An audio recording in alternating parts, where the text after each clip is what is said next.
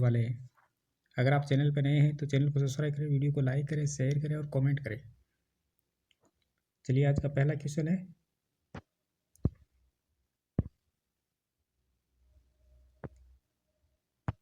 कि निम्न में से किस राज्य ने अरालम को आधिकारिक तौर पर अपना पहला तितली अभयारण्य घोषित किया है? किस राज्य ने अरालम को आधिकारिक तौर पर अपना पहला तितली अभयारण्य घोषित किया है? तो ये किया है केरल ने। किस राज्य ने किया है? केरल राज्य ने। ऑप्शन नंबर 2 इसका राइट आंसर हो जाएगा। तितली अभयारण्य घोषित करने वाला जो राज्य है वो केरल है। स्थान अरालम वन्यजीव अभयारण्य जो कुन्नूर जिला के अंदर स्थित है। बात करें इसकी विशेषता की तो ये भारत का पहला ऐसा अभयारण्य है जो विशेष रूप से तितलियों के लिए समर्पित है और यहाँ लगभग 266 से अधिक प्रजातियां पाई जाती है।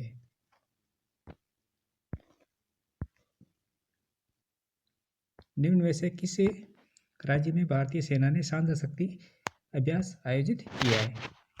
किस राज्य में भारतीय सेना ने सांझा शक्ति अभ्यास आयोजित किया है? तो क्या है? महाराष्ट्र के अंदर, महाराष्ट्र के पुणे के अंदर। ऑप्शन नंबर 1 इसका राइट आंसर हो जाएगा।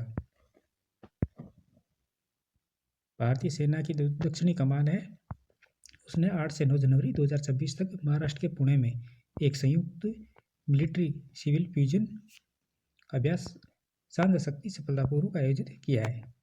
और ये जो अभ्यास है ये जटिल सुरक्षा चुनौतियों और आपातकालीन स्थितियों से निपटने के लिए नागरिक और सैन्य एजेंसियों के बीच सहज समन्वय और संयुक्त तैयारी को उजागर किया गया है। तो 8 से 9 जनवरी 2026 तक किया गया था और भारतीय सेना की जो दक्षिणी कमान है उसके द्वारा। कहाँ पर? महाराष्ट्र के पुणे के अंदर। नाम क्या है उसका अभ्यास का? सांझा शक्ति।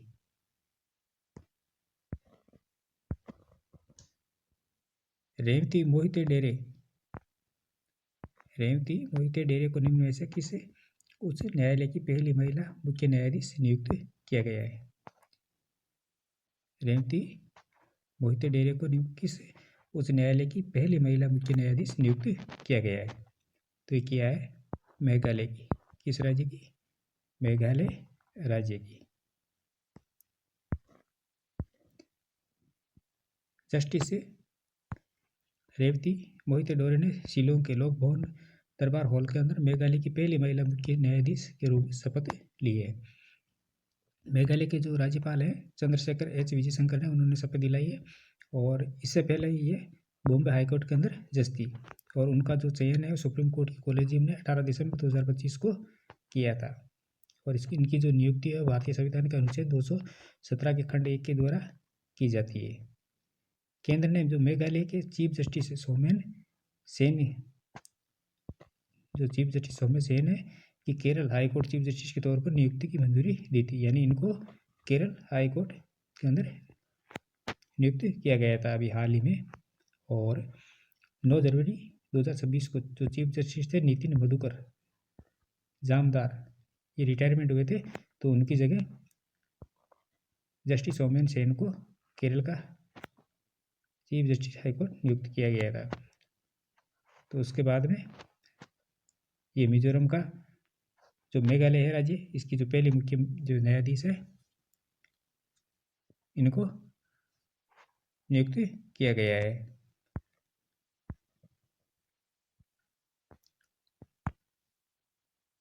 निम्न में से किस भारतीय ने यूएन सेक्रेटरी जनरल अवार्ड 2025 जीता है?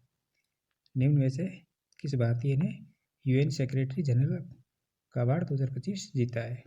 तो जीता है स्वाति शांता कुमार ने। किसने जीता है? स्वाति शांता कुमार ने। यूएन महासचिव पुरस्कार 2025 जो भारतीय सेना की जो मेजर है स्वाति शांता कुमार दक्षिणी सूडान में लैंगिक समावेशन शांति स्थापना के लिए सम्मानित किया गया है और इसे शांति स्थापना के लिए यूएन महासचिव पुरस्कार 2025 दिया गया है। और उनका जो प्रोजेक्ट है अनमिस के तहत महिलाओं की भागीदारी, जमीनी विश्वास और समावेशी नेतृत्व को मजबूत किया है। और इस पुरस्कार है इसकी घोषणा एंटोनियो गुटेरेस ने की थी। संयुक्त राष्ट्र जो यूएन है इसकी स्थापना 1945 के अंदर अंतर्राष्ट्रीय शांति और सुरक्षा को बनाए रखने के लिए प्राथमिक लक्ष्य के साथ की गई थी। कब? 1945 के अंदर। नेक्स्ट क्वेश्चन है कि निम्न में से किस राज्य में कीवी पायोनियर नामक भारत का पहला बायो हैप्पी जिला बनाया जा रहा है? किस राज्य में की पायोनियर नामक भारत का पहला बायो हैप्पी जिला बनाया जा रहा है? तो बनाया जा रहा है अरुणाचल प्रदेश के अंदर। किस राज्य में? अरुणाचल प्रदेश राज्य के अंदर।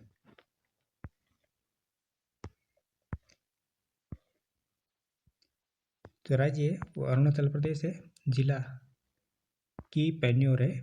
और अवधारणा, ये बायो हैप्पीनेस की अवधारणा को डॉक्टर जो एम एस स्वामीनाथन है उन्होंने दी थी, और जिसका उद्देश्य पारिस्थितिकी आजीविका और सार्वजनिक स्वास्थ्य के बीच सामंजस्य स्थापित करना।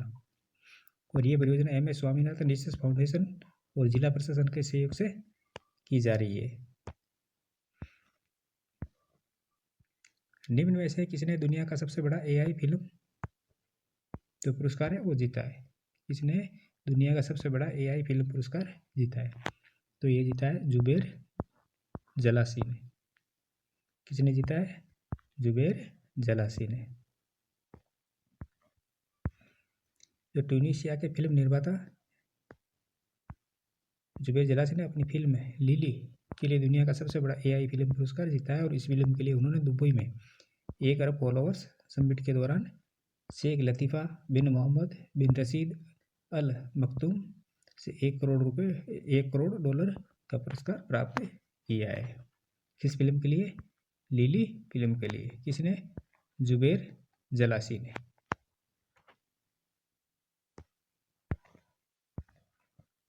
राष्ट्रमंडल के स्पीकर्स और पीठासीन राष्ट्रमंडल के स्पीकर्स और पीठासीन अधिकारियों के 28वें सम्मेलन की मेजबानी कौन सा देश करेगा? तो ये करेगा भारत। कौन सा देश करेगा? भारत करेगा। भारत के राष्ट्रमंडल देशों के संसदीय लोकतंत्र को सशक्त करने में एक महत्वपूर्ण भूमिका निभाने जा रहा है, जो भारत के जो नई दिल्ली के अंदर राष्ट्रमंडल के स्पीकर और पीठासीन अधिकारियों के 28वें सम्मेलन की मेजबानी करेगा।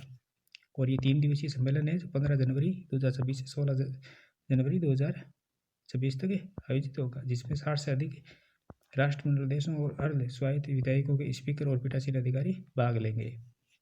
और इसका उद्देश्य है ज्ञान साझाकरण, पारिस्थितिकी सीख और राष्ट्रमंडल के विधायकों के बीच सहयोग को बढ़ावा देना है। और इसका जो मुख्य लक्ष्य है वह है संसदीय संस्थाओं को सुदृढ़ करना और विभिन्न रूपों में संसदीय लोकतंत्र की समझ को गहरा करना है। 28वें संस्करण के लोकसभा अध्यक्ष ओम बिरला इसके सम्मेलन के अध्यक्ष होंगे। और जो राष्ट्रमंडल संसदीय ढांचे में भारत की नेतृत्व कार्य भूमिका को संरेखित करेंगे।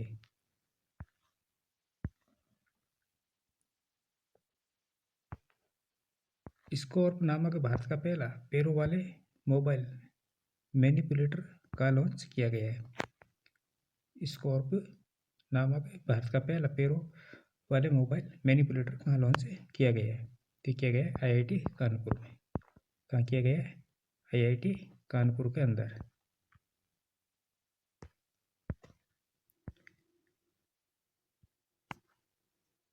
विकसित जो करने वाली जो कंपनी है वो है एक्सटेरा रोबोटिक्स, जो IIT कानपुर है और स्थान कानपुर आ गया। विशेषता पैरों से चलने वाला पहला भारतीय रोबोट है जिसमें एक मैनिपुलेटर यानी हाथ भी है, तो इसे कठिन जगहों पर भी काम करने में सक्षम बनाता है। इसका उपयोग औद्योगिक निरीक्षण, सुरक्षा, रक्षा और बुनियादी ढांचे की निगरानी के अंदर किया जा सकता है।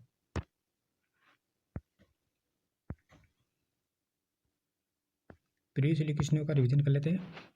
तो उत्तराखंड राष्ट्रीय अपराध रिकॉर्ड ब्यूरो द्वारा जारी inter operable criminal justice system के दूसरे संस्करण का में पहला स्थान दिया गया है।